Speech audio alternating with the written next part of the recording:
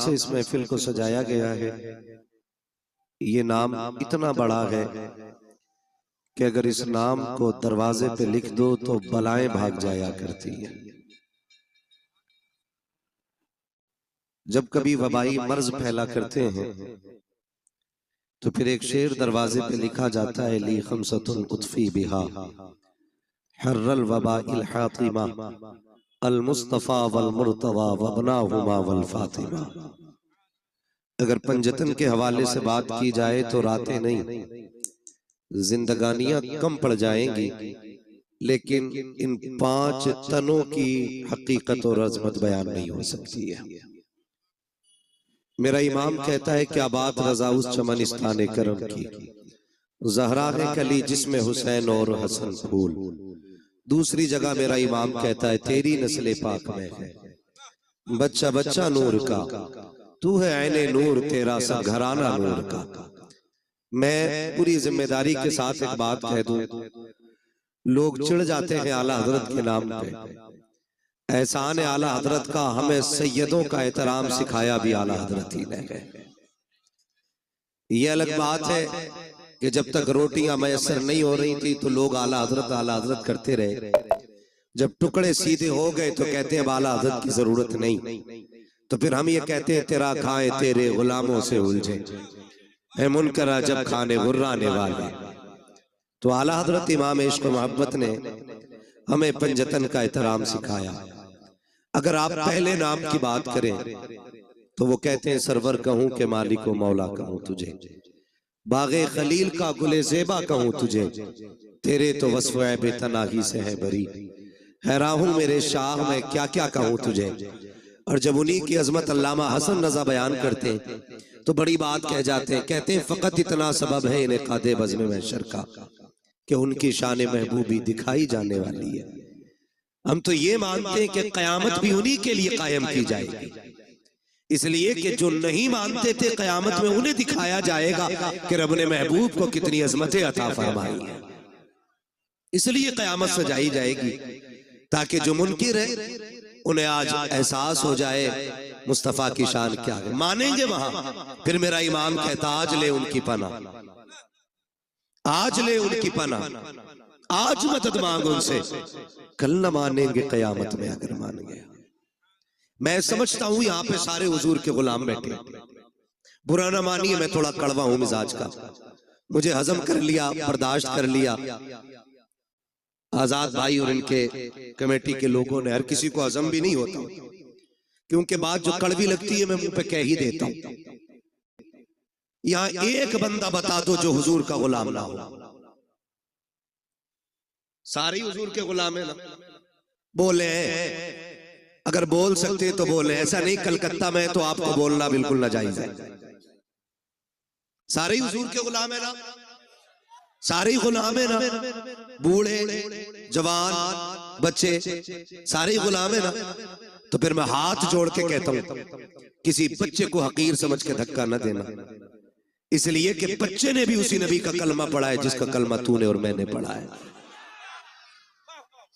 मैं नहीं जानता ये बच्चे किस नजरिए से आए और इनके दिल में क्या है, लेकिन एक बात कहूंगा यार, जवानों में मक्कारी हो सकती है, बच्चों में मक्कारी नहीं हुआ करती है।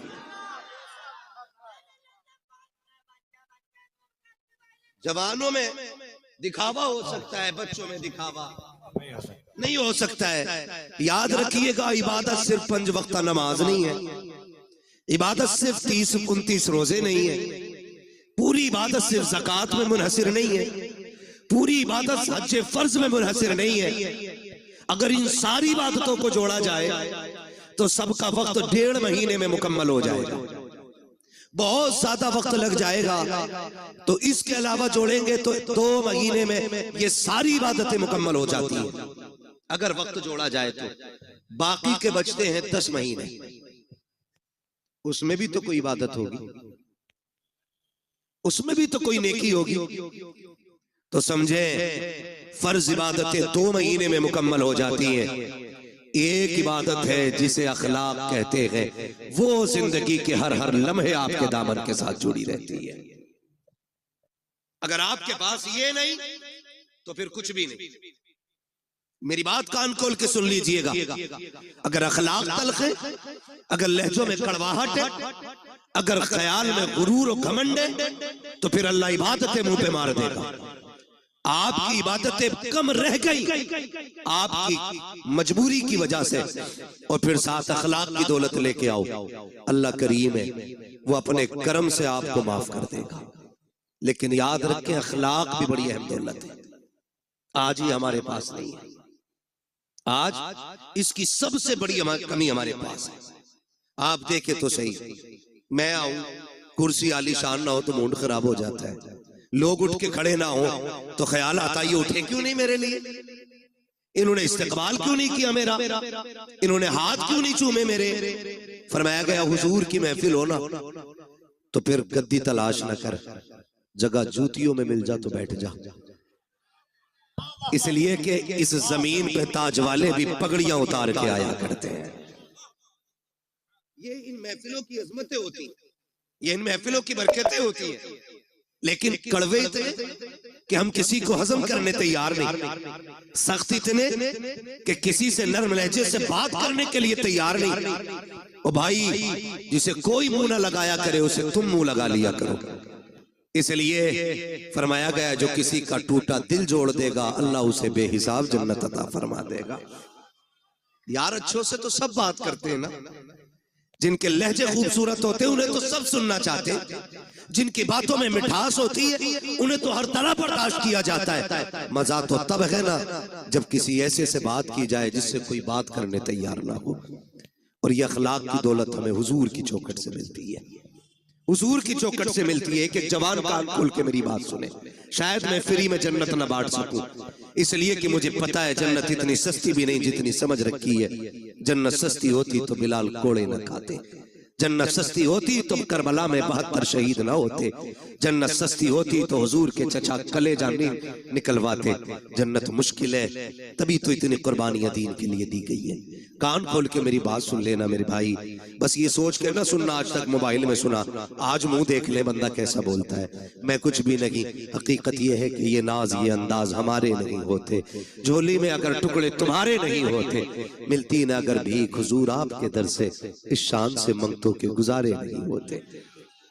सारे हुजूर के दर का सदका है, सारी हुजूर के दर की खैरात है। मैं कहने लगा हूं जरा समझे, आज कोई किसी से 2 मिनट बात करने इसलिए तैयार नहीं कि मुझे टाइम नहीं, मैं बड़ा बिजी बंदा हूं, मजबूरी हो सकती है, बीमार है आप, तकलीफ में, कोई बात नहीं, आप फ्री बैठे, लेकिन आपके पास टाइम नहीं।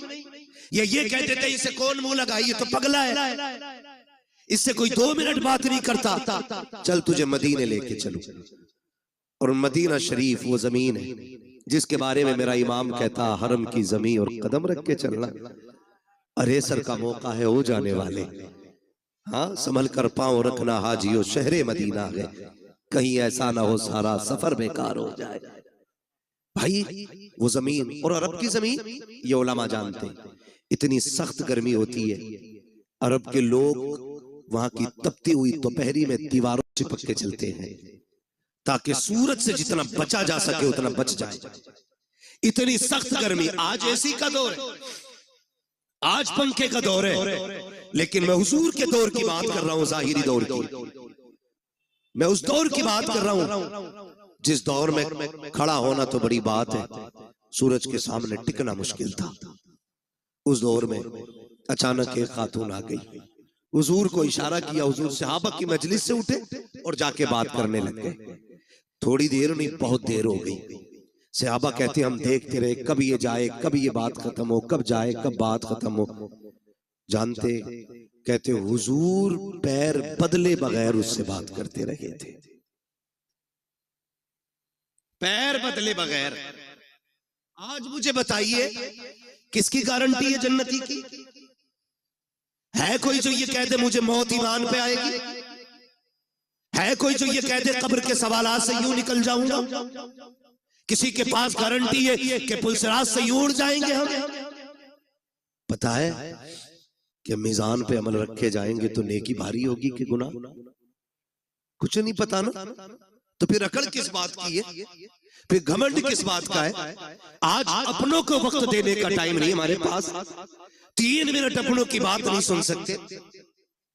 माफ कीजिएगा, ऐसे बड़े होने से कोई बड़ा होना नहीं कि आपको अपनों से मिलने के लिए नीचे उतरना पड़े। आप हमेशा इतने छोटे रहिए कि जब कभी अपनों से मिलना पड़ा करे तो कदम नीचे न लाना पड़ा करे। ये याद रखिएगा, वरना ये तकलीफें आज मुआशरे को खाती जा रही है। इन चीजों ने आज मुआशरे को तबाह कर रखा है। मुझे बताया जाए, अल्लाह ने 5 भाई बनाए तो 5 बराबर तो नहीं होते ना। कोई 50,000 कमाता है, कोई 1 लाख कमाता है, कोई किस्मत से 5 लाख कमा रहा है, कोई मुकद्दर से 10 कमा रहा है, कोई 50 लाख कमा रहा है। लेकिन एक ऐसा है जो सिर्फ ठेला लगाता है। भाई वो भी नहीं कही, वो भी ठेला लगा रहा है। मुझे बताओ, एक बाप के 5 बेटे, एक 50 लाख कमा रहा है, एक ठेला लगा रहा है। बताओ कसूर किसका है? कोई कह सकता है कि ये जो ठेला लगा रहा है इसने कोई गुनाह किया था जिसकी वजह से इसको ठेला दिया गया? या जो एक साइन से 50 लाख कमा रहा है इसने कोई ऐसी नेकी की थी कि इसके एक साइन से 50 लाख पैदा होते चले जा रहे? ऐसा तो नहीं होगा ना। जब सारे ही अल्लाह के बंदे हैं तो फिर ये फर्क किस लिए? तो फरमाया गया, याद रखना, खुदा किसी से लेके आजमाता है और खुदा किसी को दे के आजमाता है। किसी से लेके आजमाया जाता है, किसी को बोले, किसी को दे के आजमाया जाता है। तेरी मेरी खुराक कितनी? 1 रोटी, 2 रोटी, 3 रोटी, 5 रोटी, 10, बस। अगर बंदा कमा रहा है 50 रोटियों का तो फिर सोचना तो बनता है ना कि मेरी खुराक तो 10 रोटी थी, अल्लाह ने 50 का पैसा क्यों दिया? अगर ये ख्याल आए, फिर मुड़ के रिश्तेदारों को देखो, फिर मुड़ के खानदान को देखो, फिर पड़ोस को देखो, फिर लोगों की जरूरतों को समझो। अगर तेरे दरवाजे पे कोई जरूरतमंद रहता है, कभी एक वक्त का खाना उसे भी खिला दिया करो। अगर तुम्हारे पड़ोस में कोई गरीब रहता है, कभी उसके भी काम आ जाया करो। अगर तुम्हारे पड़ोस में ऐसे लोग रहते हैं कि जिनके पास दवा के लिए पैसे ना हो, तो अपने बच्चों के बर्गर पिज्जे छोड़ करके कभी किसी गरीब को दवा भी दिलवा दिया करो। लेकिन हो क्या गया है, हम अपनी कमाई की कसरत को अपना हुनर समझते हैं, फन समझ करके उसको तिजोरी में इकट्ठा करते हैं। और तुम्हें खुदा का वास्ता, अल्लाह कादिर मुतलक है, जैसा वो देना जानता है वैसा लेना जानता है। अगर देने पे आता है चप्पर फाड़ के देता है, अगर लेने पे आता है चमड़ियां उठेड़ के ले लेता।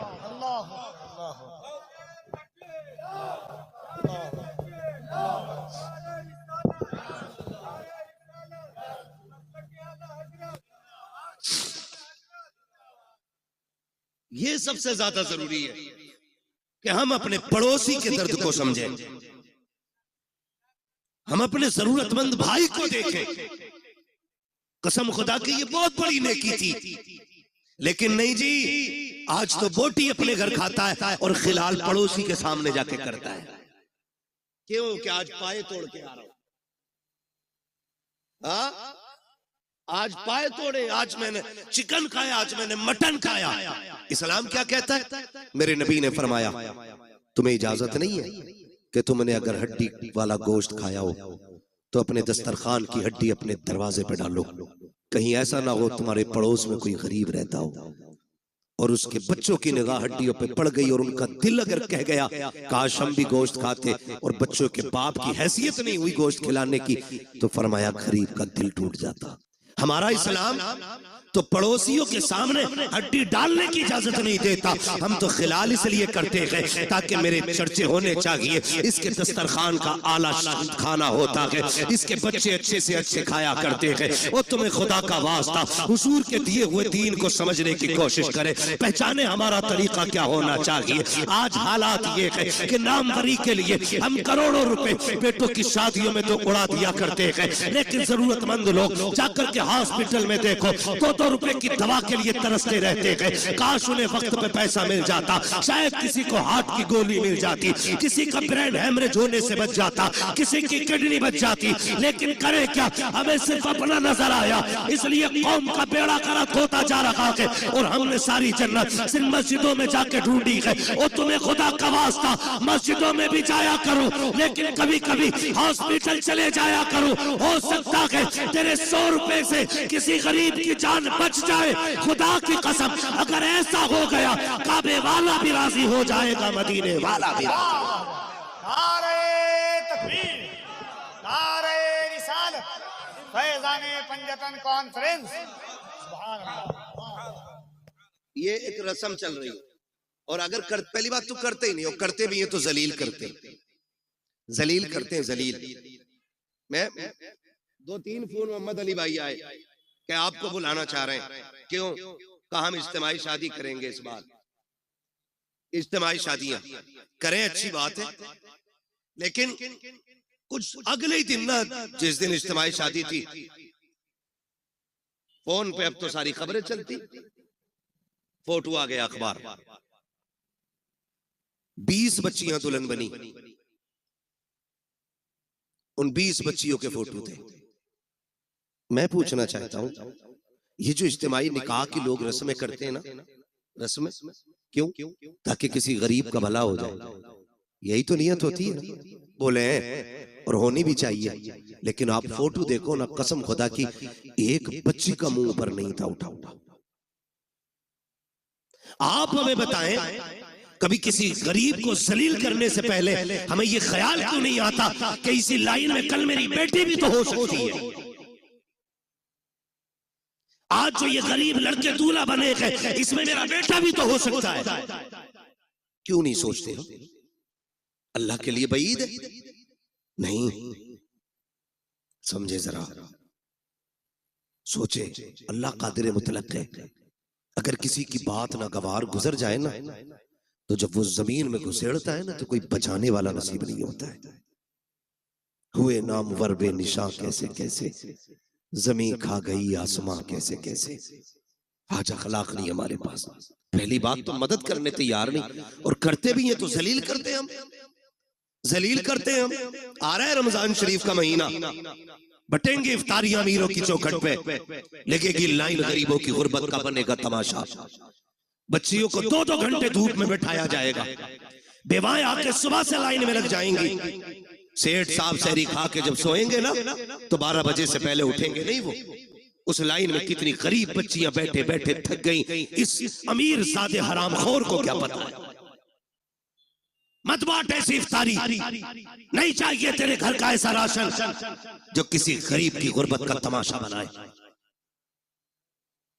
बटेंगे कपड़े गरीबों को, कोई कहेगा सेठ साहब की तरफ से इफ्तारी का पैकेज है, कोई कहेगा फला अमीर की तरफ से इफ्तारी का इंतजाम है, कोई कहेगा फला की तरफ से ये सहरी का इंतजाम है। तुझे क्या पता है? तुम जानते हो, हमने देखा है जब किसी गरीब को इफ्तारी का सामान दिया जाता है या सहरी के पैकेज दिए जाते हैं, उन माओं के साथ छोटे बच्चे भी आया करते हैं, उन माओं के साथ ना समझ बच्चे भी आते हैं, लेकिन इतना तो वो भी समझते हैं कि हमें गैरत आ रही है। एक तस्वीर, एक वीडियो देखी, कसम खुदा की पैर के नीचे की जमीन निकल गई। कफील भाई, अल्लाह किसी को इतना अमीर न करे कि जो वो गरीब की गुर्बत का तमाशा बनाए। तो बच्चे भूखे खड़े थे, किसी ने देने के लिए कुछ उनकी तरफ हाथ बढ़ाया, जब बच्चों ने लेने के लिए हाथ आगे किया, एक बच्ची की निगाह कैमरे पे पड़ गई। बहन भाई खड़े थे, जैसी कैमरे को देखा, बहन ने उस तोहफे से हाथ पीछे कर लिए। छोटे छोटे बच्चे थे, मुंह मोड़ के चले गए। मैं सोचने लग गया, या अल्लाह, इन बच्चों को भी गैरत आती है, लेकिन इन बेगैरतों को गैरत क्यों नहीं आई? जब बच्ची के सामने कैमरा आया, उसने मुंह फेर लिया और उसने ये सोचा होगा हम फाके तो रह सकते हैं, लेकिन इज्जत का सौदा नहीं करेंगे। खुदा के वास्ते किसी की इज्जत को पमाल ना करना। अगर देना है रात के अंधेरे में देना, अल्लाह तेरी कब्र के अंधेरे को उजाले में बदल डाले। अरे बहुत अच्छा मुफ्ती साहब, वाह वाह वाह वाह वाह वाह वाह। नारे तकबीर, नारे रिसालत, फैज़ाने पंजतन कॉन्फ्रेंस। सलामत रहो आप लोग। मैं एक बात कहना चाहता हूं, हम नेकी करते तो तमाशा बनाते। चलो फैज़ाने पंजतन कॉन्फ्रेंस है। इमाम हसन रज़ी अल्लाह ताला अन्हु को जब गुस्ल दिया गया, आपकी जब कमीज उतारी गई, तो आपकी कमर पे, पुष्ट पे, ये पीठ पे, मतलब पीठ पे आपकी ना काले निशान थे। काले धब्बे। लोग बातें करने लग गए, ये तो बड़े शहजादे, ये तो नूर वाले लोग हैं, कमर पे काले धब्बे क्यों? जब ये बातें हुई ना तो आपके गुलाम थे, कहने लगे वादा किया था आका ने कि किसी से बताना मत, लेकिन आज इज्जत की बात आ गई तो बोलना पड़ रहा है। कहा तुम बताओ। कहा इल्जाम न देना, गलत न सोचना, ये कोई ऐब के धब्बे नहीं, ये वो धब्बे हैं जब सारी दुनिया सो जाती थी तो इमाम हसन नाज की बोरी कमर पे रख के यतीमों के दरवाजे पे पहुंचाने के लिए जाया करते थे। और आपके विसाल के बाद ये राज खुला कि 100 बेवाओं का चूल्हा इमाम हसन के दरवाजे से चला करता था। 100 यतीमों का चूल्हा इमाम हसन की चौखट से चलता था। एक दिन ना आपके शहजादे ने कहा अब्बा ये बोरी मैं पहुंचा दूं। फरमाने लगे ना बेटे, ये किसी का राज है, राज रहने दे। उन्होंने अपने बच्चों से भी राज नहीं खोले। आज हम तमाशे बना देते हैं, तमाशे बना देते हैं, जलील करते हैं। पैगंबर का अखलाक देखें, हुजूर के इस अखलाक ने पूरी दुनिया में इनकलाब पैदा किया। आज भी कसम खा के कहता हूं, मैं खुल के कहता हूं, हमारी नमाजें देख के कोई मुसलमान नहीं होगा, हमारे हज देख के मुसलमान नहीं होंगे, हमारी ज़कात देख के मुसलमान नहीं होंगे। अगर अखलाक हुजूर वाले हो जाएं तो आज भी लोग कलमा पढ़ना शुरू कर देंगे। आज भी अखलाक की जरूरत है, अच्छे अखलाक की, जो हमारे बीच नहीं है। ये मत समझना मैं नमाज को हल्का कर रहा हूं, मैं नमाज ये कहना चाह रहा हूं नमाज पढ़ो ना पढ़ो, नहीं, नमाज दीन का सतून है। ये कर्ज है, ये तो पढ़नी है, ये तो हर हाल में अदा करनी है, ये तो पढ़ के ही मरना है। मगर साथ जो करना है ना वो ये भी रखना है। अखलाक बड़ी चीज है। कसम खा के कहता हूं, माफ कीजिए, मैयतें होती हैं यहाँ, बोले डर क्यों रहे हो, कहोगे हाँ तो मर थोड़ी जाओगे। लोग मरते हैं कि नहीं? देखे जनाजे, आपने देखा होगा जब बंदा मर जाता है घर के आगे कुर्सियां पड़ती, बीच में कुर्सी यतीमों के चचा की होती है। चचा होता है तो ताऊ की होती है, बीच में कुर्सी डाल के बैठता है। लोग आते हैं ताजियत के लिए। माफ कीजिएगा बहुत कड़वा बोल रहा हूं, शायद आपके मिजाज के मुताबिक ना बोल रहा हूं, लेकिन मेरा उसूल है, मैं आईना हूं, दिखाऊंगा दाग चेहरे के, जिसे खराब लगे सामने से हट जाए, मसला ही कोई नहीं। आज हमारी कंडीशन ये है, जब कोई यतीम हो जाता है तो सगा चचा यतीमों का कुर्सी डाल के बैठते हैं। इधर यतीम बेटी बैठी होती है, इधर यतीम बेटा बैठा होता है, और यूं गले में हाथ डाल के आज बैठा है, तसल्ली दे रहा है उसको, तसल्ली दे रहा है। लोग आके कहते हैं, लोग कहते हैं यही ये बच्चे मरने वाले के, तो बच्चे आने वालों का मुंह देखते हैं, फिर रोने लग जाते हैं। फिर चचा हाथ रख के कहता ना बाप चला गया है, चचा मौजूद है। बहुत अच्छे लगे ये वादे, बहुत अच्छे थे ये लहजे, जब कभी यतीम का माथा चूमा जा रहा था, जब कभी यतीम को सीने से लगाया जा रहा था, लेकिन किसे पता था कि ये सिर्फ दिखावा है, ये सिर्फ नामो नमूद है, आज तीजा है इसलिए चचा की कलबट में यतीम बैठा है, आज 40वां है इसलिए चचा की गोद में यतीम बैठा है, ताकि रिश्तेदारों को पता चल जाए ये जो भाई है ना ये अपनों से बड़ा प्यार करता है। लेकिन 40वें के गुजरने की देर होती है, जब वही यतीम बच्चे अपने घर की भूख की शिकायत लेकर के, अपने चूल्हे की ठंडे होने की शिकायत लेके सगे चचा के दरवाजे पर आते हैं और सगे चचा से कहते हैं चचा आज 3 दिन हो गए घर में कुछ पका नहीं है, माँ दाल रोटी बनाती रही है, आज चचा दाल भी खत्म हो गई है। पहली बार चचा दे देता है, दूसरी बार दे देता है, लेकिन जब तीसरी बार यतीम आके कहता है चचा आज 3 दिन से कुछ नहीं खाया है, फिर यही चचा कहता है कि मैं तुम्हारे लिए तो नहीं कमा रहा हूँ, कहां से लेकर के आऊं, और कई बार तो इतने जालिम होते गए भाई, जो सगे भतीजों से कहते गए तुम्हारा बाप मर गया, तुम्हें हमारे ऊपर छोड़ के चला गया है, खुदा के वास्ते कभी यतीमों को ताने ना देना, अगर देने हो तो कभी गले से ना लगाना, इसलिए कि हम जानते हैं यतीम गैरत वाले होते हैं। ये जो तुम्हारे दरवाजे पे आते हैं इसलिए नहीं आए कि इन्हें बेगैरती लेकर के आई है, ये तो इसलिए चले आए तूने उस दिन सर पे हाथ रख के कहा था भतीजे कभी जरूरत पड़ जाए तो दरवाजे पे आना, कभी कमी महसूस हो बाप की तो मुझे आवाज दे लेना।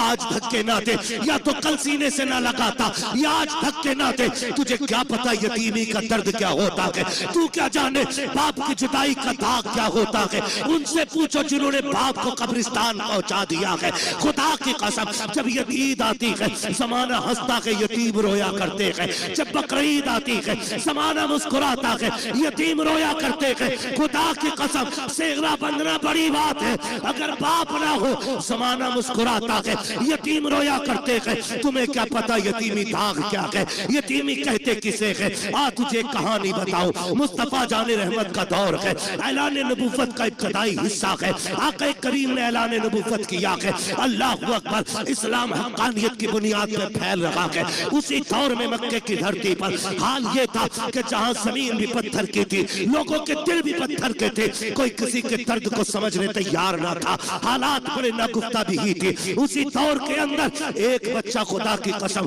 अपनी माँ के पास जाके कहता है, अम्मी अब मैं समझदार हो गया हूँ, तू बेवा है मैं यतीम हूँ, देख तेरे बदन पे जो लिबास है ना ये इतना फट गया है अम्मी कि मुझे देखते हुए हया आती है, इस पे पैबंद लगा ले। माँ ने कहा था बेटे जब से तेरा बाप गया है मुश्किल से खाना मिलता है, दोपहर खा लिया तो शाम नहीं, शाम खा लिया तो दोपहर नहीं, बेटे पैबंद का कपड़ा कहाँ से लाऊं। जब बच्चे ने इतना सुना कहता अम्मी इजाजत दे तो मैं चचा के दरवाजे पर न चला जाऊं। उसने कहा बेटे ये मक्का है, यहाँ किसी को किसी के दर्द से मतलब नहीं है, ना जा, वहां से रोने के सिवा कुछ नहीं मिलेगा, दर्द मिलेगा और कुछ नहीं मिलेगा। बच्चा ने कहा माँ हो तो सकता है कि कभी मुझे देख के उसके सीने में भाई की मोहब्बत जाग जाए, ये भी तो हो सकता है मेरे चेहरे को देखे तो मेरे बाप की याद आ जाए। अम्मी इजाजत दे। माँ ने ना चाहते हुए भी बच्चे के इसरार पे बच्चे के सर पे हाथ रखा, बेटे अगर तू कोशिश करना चाहता है तो जा जाके कर ले। जब बच्चा चचा के दरवाजे पे आया,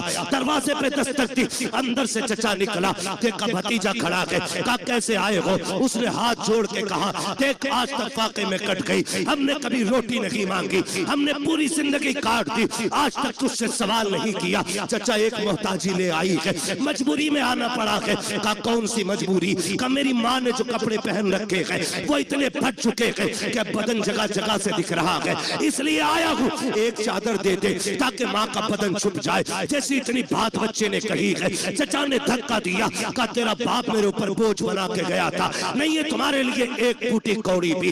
बच्चे ने बदन झाड़ते हुए कहा सच कहा था मेरी माँ ने, यहाँ कोई किसी का दर्द सुनने वाला नहीं है। जब बच्चा रोता हुआ चला, रास्ते में हुजूर के सहाबी से मुलाकात हो गई, हाथ पकड़ा, कहने लगे बच्चे बात क्या है। उसने कहा मैं दर्द का मारा हूँ, मेरा दर्द मेरे सीने में रहने दे। कहा नहीं बता तो सही, शायद मैं तेरे काम आ सकूं। जब बच्चे ने इतनी बात सुनी है, कहता क्या करोगे, लोग रो के सुनते हैं, हंस के उड़ा देते हैं। उसने कहा बता तो सही बात क्या है, रोया क्यों है, हो सकता है तेरे मर्ज का इलाज मेरे पास हो। बच्चे ने सारी बात बताई। कहा माँ के बदन के कपड़े फट गए, सगे चचा से चादर लेने गया था, उसने धक्का दे के भगा दिया। जब इतना सहाबी रसूल ने सुना के मुस्कुराने लग जाते हैं। उसने कहा यार मैंने पहले कहा था, लोग दुख सुन के हंसा करते हैं, वाकई तूने वैसा किया है। सहाबी ने कहा था नादान, मैं तेरे दुख सुन के नहीं मुस्कुरा रहा हूँ। कहा फिर, कहा मुझे तेरे दुखों का इलाज मिल गया है इसलिए मुस्कुरा रहा हूँ। कहा कहना क्या चाहते हो। कहा तुझे जो चाहिए, एक चौखट ऐसी है जहाँ से कभी किसी को खाली नहीं लौटाया जाता है, अगर जाना है उस चौखट पे चला जा। बच्चे ने कहा चौखट किसकी है। कहा उसे मोहम्मद रसूलुल्लाह कहा जाता है। कहा किस महल में रहता है। कहा महल तो नहीं, चला जा खुदा के हरम में बैठा होगा, जा जाके उससे मांग लेना। बच्चा माँ का फरमा बरदार था, उसने कहा ऐसे नहीं जाऊंगा, पहले माँ से इजाजत लूंगा। अब बच्चा घर आया है, कभी रो रहा है कभी मुस्कुरा रहा है। माँ ने हाथ पकड़ के कहा था ओ बेटे बात क्या है, चादर नहीं लाया और रो क्यों रहा है, हंस क्यों रहा है। बच्चे ने कहा था माँ जब चचा का सितम देखता हो तो रोना आता है, लेकिन लेकिन एक सखी की खबर सुनता हो तो मुस्कुराना आ जाता है। कहा बेटे कहना क्या चाहते हो? कहा एक सखी का पता मिला है, सुना के वहां से कोई खाली नहीं जाता है, अगर माँ इजाजत दे तो उससे चादर मांग लाऊं। माँ ने कहा बेटे क्या नाम है उसका? कहा उसे मोहम्मद इब्ने अब्दुल्ला कहा जाता है। माँ ने कहा ना बेटे उसकी चौखट पे न जाना, सुना के जो उससे बात कर लेता है उसी का हो जाता है, सुना के जो उसे देख लेता है उसी के गीत गाने शुरू कर देता है, और सुना ये भी है कि जो उसके पास जाता है वो उसे कलमा पढ़ा के छोड़ता है। जब बच्चे ने इतना सुना कहा था अम्मी तेरे सर की कसम खा के कहता हूँ इजाजत दे मैं तेरा लाल हूँ, मैं कलमा नहीं पढ़ूंगा, अगर चादर ऐसे ही देंगे तो ले आऊंगा, लेकिन चादर के बदले में कलमा नहीं पढ़ूंगा। माँ ने कहा ठीक है फिर चला जा, लेकिन कलमा नहीं पढ़ना है। बच्चा आया दौड़ करके, मुस्तफा हरम में बैठे हैं, उसने आके कहा था या मोहम्मद इब्ने अब्दुल्ला। जैसी बच्चे ने इतनी आवाज दी है, नबी के तेवर नहीं बदले हैं, नबी के चेहरे पे शिकन नहीं आई थी, ये नहीं सोचा था इस बच्चे ने नाम कैसे लिया। नबुव्वत वाली आंखें फिरी, मुस्कुरा के बच्चे को देखा। आका कहते क्या बात है बेटा? उसने कहा जरा इधर तो आइए। अल्लाह अकबर, बच्चा बुला रहा है। नबियों का इमाम अपनी जगह से उठा और यतीम के करीब चला के आके करीम करीब गए हैं। उसने कहा ठहर जाइए, पहले मेरी कुछ शर्तें हैं वो मान लीजिए। आका कहते हैं बात क्या है बेटे? कहा कि मुझे मजबूरी लेके आई है, मेरी माँ के बदन के कपड़े फट गए हैं, एक चादर की जरूरत ले आई है। उसने कहा था सुना के जब तुम किसी की मदद करते हो तो पहले कलमा पढ़ाते हो, सुनो मैं माँ की कसम खा के आया हूँ, मुझे तुम्हारा कलमा नहीं पढ़ना है। इतना बच्चे ने कहा। मेरा नबी मुस्कुराया, कहते बेटे वो तेरी मर्जी है, तुझे जो चाहे फैसला करना, जरूरत तो बता दे। उसने कहा मुझे एक चादर चाहिए ताकि मेरी माँ का बदन छुप जाए। इतना सुना आके करीम ने मुजम्मिल वाली चादर कंधे से उतारी, यतीम की गोद में रख दी। फरमाया बेटे कुछ और चाहिए? कहा बस मेरा काम हो गया है। जैसी बच्चे ने चादर को लिया है, सीने से लगाया है, जैसी चादर सीने से लगी है, इश्क मुस्तफा का सीने में उतरना शुरू हो जाता है।